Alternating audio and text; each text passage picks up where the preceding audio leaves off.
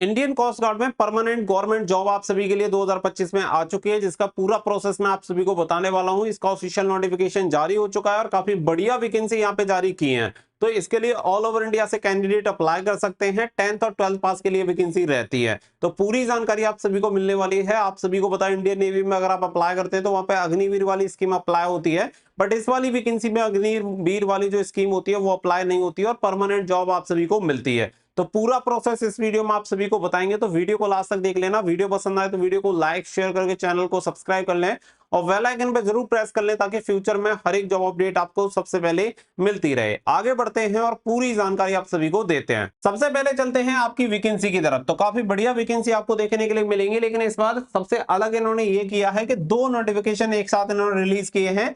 यानी कि साल में 2 बार वैकेंसी आपको देखने के लिए मिलती थी, लेकिन इन्होंने दोनों बैच की जो वैकेंसी है, बैच 1 और बैच 2 2026 के लिए दोनों बैच की वैकेंसी यहां पे जारी कर दी है एक ही बार में। अब यहाँ पे आप देखिए नाविक जो जीडी की वैकेंसी है वो टोटल आपको देखने के लिए मिलेंगी 260। साथ ही में यांत्रिक मैकेनिक की जो वैकेंसी है वो है आपकी टोटल 30।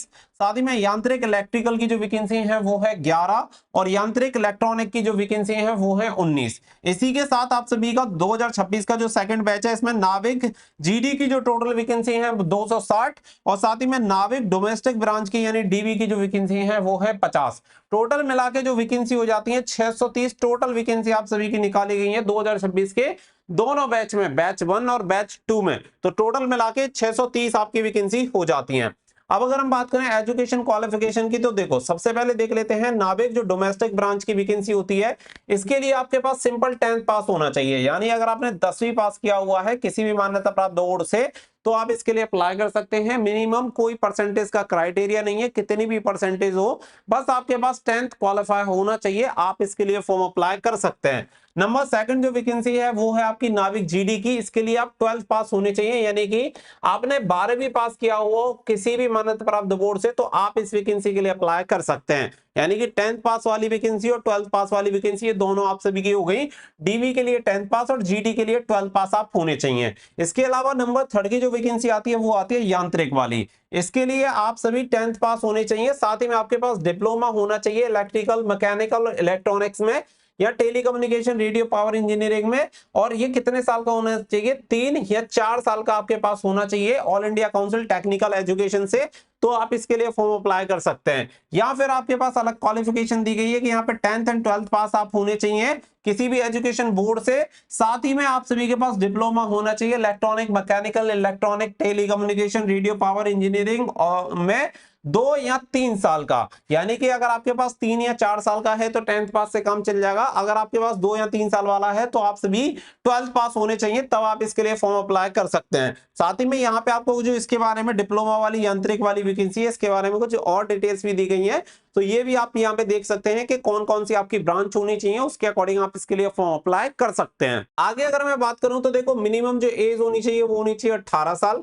और मैक्सिमम एज क्राइटेरिया है 22 साल। अगर आप अप्लाई करते हैं नाविक जीडी के लिए 2026 के पहले बैच के लिए या फिर दूसरे बैच के लिए, तो इसका जो एज क्राइटेरिया होना चाहिए 1 अगस्त 2004 से लेके 1 अगस्त 2008 के बीच में अगर आपका जन्म हुआ है तो आप इसके लिए आवेदन कर सकते हैं। एक बार फिर से क्लियर कर लो, 1 अगस्त 2004 से लेके 1 अगस्त 2008 के बीच में आपका जन्म होना चाहिए, तो आप नाविक जीडी के लिए अप्लाई कर सकते हैं 2026 के दोनों बैच के लिए। अगर आप यांत्रिक 2026 के पहले बैच के लिए अप्लाई करना चाहते हैं, क्योंकि यांत्रिक की वैकेंसी केवल 26 के पहले बैच में ही आपको देखने के लिए मिलेंगी, तो यहाँ पे कैंडिडेट का जन्म 1 मार्च सन 2004 से लेके 1 मार्च सन 2008 के बीच में होना चाहिए, वही कैंडिडेट इसके लिए फॉर्म अप्लाई कर सकते हैं। बाकी का जो नाविक डीवी की वैकेंसी है ये आपको केवल सेकंड वाले बैच में देखने के लिए मिलेंगे 2026 के सेकंड बैच में। तो इसके लिए जो आपका एज क्राइटेरिया होना चाहिए 1 अगस्त 2004 से लेके 1 अगस्त 2008 होना चाहिए, तो आप इसके लिए फॉर्म अप्लाई कर सकते हैं। और ये जो एज क्राइटेरिया है वो है आपका जनरल और ईडब्ल्यूएस का। इसके अलावा अगर आप एससी एसटी हैं तो आपको 5 साल की छूट मिल जाएगी, अगर आप ओबीसी नॉन क्रीमी लेयर से आते हैं तो आपको 3 साल की छूट मिल जाएगी, इसके अकॉर्डिंग आप फॉर्म अप्लाई कर पाएंगे। तो एज क्राइटेरिया और क्वालिफिकेशन क्राइटेरिया मैंने आपको क्लियर कर दिया है, इससे आपको ये क्लियर हो गया होगा कि आप इसके लिए फॉर्म अप्लाई कर सकते हैं या नहीं। आगे बढ़ते हैं, फिर आपकी देखो मेडिकल स्टैंडर्ड वाली चीज आ जाती है, तो इसमें हाइट बहुत कम मांगी जाती है। केवल 157 सेंटीमीटर आपकी हाइट होनी चाहिए। वहीं पे अगर आप बिलोंग करते हैं जैसे कि असम, नागालैंड, मिजोरम, मेघालय, अरुणाचल प्रदेश, मणिपुर, त्रिपुरा, गढ़वाल, सिक्किम या लोकल ट्राइब से आते हैं ऑफ अंडमान निकोबार, तो आप सभी को 5 सेंटीमीटर की छूट मिल जाती है। और कितने तक अप्लाई कर सकते हैं? 152 सेंटीमीटर तक आप इनके लिए अप्लाई कर सकते हैं। इसके अलावा और जो डिटेल्स हैं, जैसे कि अगर आपके पास लक्षद्वीप का डोमिसाइल है तो आपको 2 सेंटीमीटर की छूट मिल जाती है।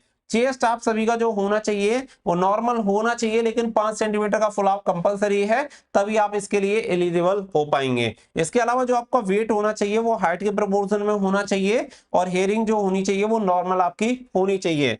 इसके अलावा आगे बात करते हैं, ये है आपका सिलेबस। तो सिलेबस में आप सभी को बता देता हूं, इससे पहले कुछ और चीजें हैं जो कि आपको समझ लेनी है। यहाँ पे पूरा सेक्शन का खेल है, तो इन सेक्शन को याद रखना। मैं आपको सेक्शन में बताऊंगा कि कौन से सेक्शन में कौन कौन से सब्जेक्ट आते हैं, जिससे कि आपको ये क्लियर हो जाए। यहाँ पे पासिंग मार्क्स दिए हुए हैं। जैसे अगर आप नाविक डीबी के लिए अप्लाई करते हैं तो जनरल ईडब्ल्यूएस ओबीसी को 30 नंबर, एससी एसटी को 27, नाविक जीडी के लिए 50 नंबर जनरल ईडब्ल्यूएस और ओबीसी, और 44 नंबर एससी एसटी, यांत्रिक, इलेक्ट्रिकल, इलेक्ट्रॉनिक और मैकेनिकल, इन सभी के लिए सेम क्राइटेरिया है, 50 जनरल ईडब्ल्यूएस ओबीसी, और एससी एसटी के लिए 44 नंबर। अब यहाँ पे देखो, जो पेपर होता है वो कुछ सेक्शन को अलग अलग मिला के होता है। जैसे अगर आप नाविक डीबी का पेपर देते हैं डोमेस्टिक ब्रांच का, तो आपका केवल सेक्शन 1 होगा। अगर आप जीडी का देते हैं तो सेक्शन 1 और 2 को मिला के आपका पेपर होगा। अगर आप यांत्रिक इलेक्ट्रिकल का देते हैं तो सेक्शन 1 एंड 3 ऐड हो जाएगा।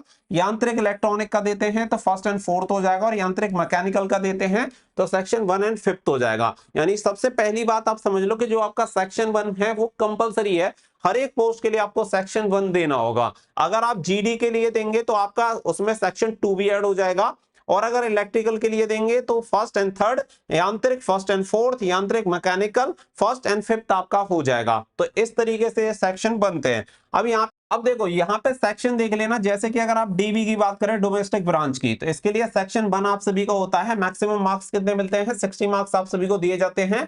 45 मिनट में आपको पेपर करना होता है। नंबर ऑफ क्वेश्चन कितने रहते हैं? 60, यानी हर एक क्वेश्चन के लिए 1 नंबर आपको मिलेगा। और ये सेक्शन 1 जो है सभी पोस्ट के लिए कंपलसरी है, चाहे आप डीबी दें, फिर यहाँ जीडी का दें या फिर यांत्रिक का दें, किसी भी ब्रांच में आपको सेक्शन 1 देना ही होगा।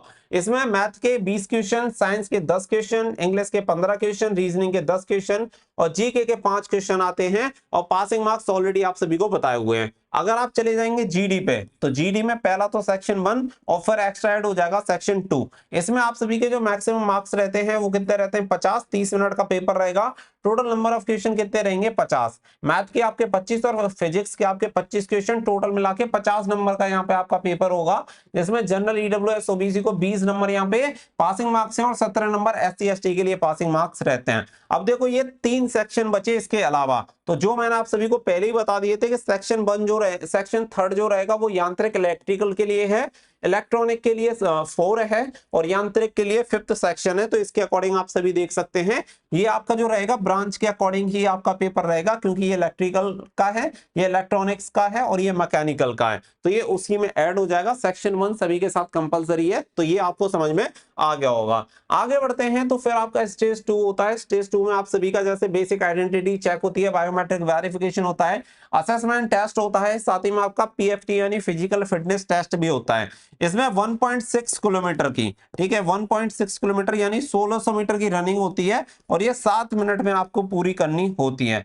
20 स्क्वाट आपको करने होते हैं, जिसे उठक बैठक कहते हैं, और 10 पुशअप्स आपको कंप्लीट करने होते हैं। ये आपका पीएफटी होता है। इसके अलावा अगर आगे बात करें तो एग्जामिनेशन फीस की, तो एग्जामिनेशन फीस आप देख सकते हैं कि यहाँ पे 300 रुपए आपकी एप्लीकेशन फीस रहती है। 300 रुपए जनरल, ईडब्ल्यूएस और ओबीसी को। बाकी का अगर आप एससी एसटी कैटेगरी से हैं तो फ्री में आप इसके लिए फॉर्म अप्लाई कर सकते हैं। इसके अलावा बात आती है कि यहाँ पे कब से अप्लाई करना है, कैसे अप्लाई करना है।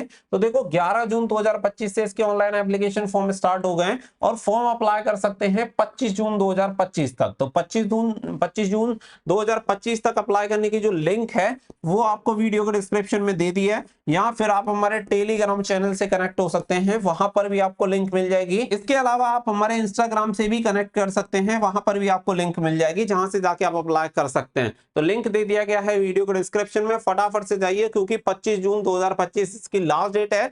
तो आपको फटाफट से इसके लिए अप्लाई कर देना है। अप्लाई करने के लिए एक सिंपल प्रोसेस आप फॉलो कर सकते हैं कि आप गूगल में जाइए और यहाँ पे सर्च करिए studyfordreams.in। सर्च करने के बाद स्टडी फॉर ड्रीम सरकारी result and government job notification आएगा, ये सर्च करो और राइट साइड में टॉप में एक सर्च का बटन दिया गया है, वहां पे अगर आप इंडियन कोस्ट गार्ड डालेंगे तो आपको वैकेंसी का नोटिफिकेशन देखने के लिए मिल जाएगा। यहाँ सबसे ऊपर नोटिफिकेशन आप सभी को देखने के लिए मिल जाएगा, जहां से आप इसका फॉर्म अप्लाई कर सकते हैं। तो सभी कैंडिडेट इसका फॉर्म अप्लाई जरूर करिएगा, क्योंकि परमानेंट गवर्नमेंट जॉब है, बढ़िया वैकेंसी निकली हुई है, तो अपॉर्चुनिटी मिस आउट मत करना। उम्मीद है वीडियो पसंद आई होगी, तो वीडियो को लाइक और शेयर कर दें। मिलेंगे नेक्स्ट वीडियो में। So thank you for watching. जय हिंद, जय भारत।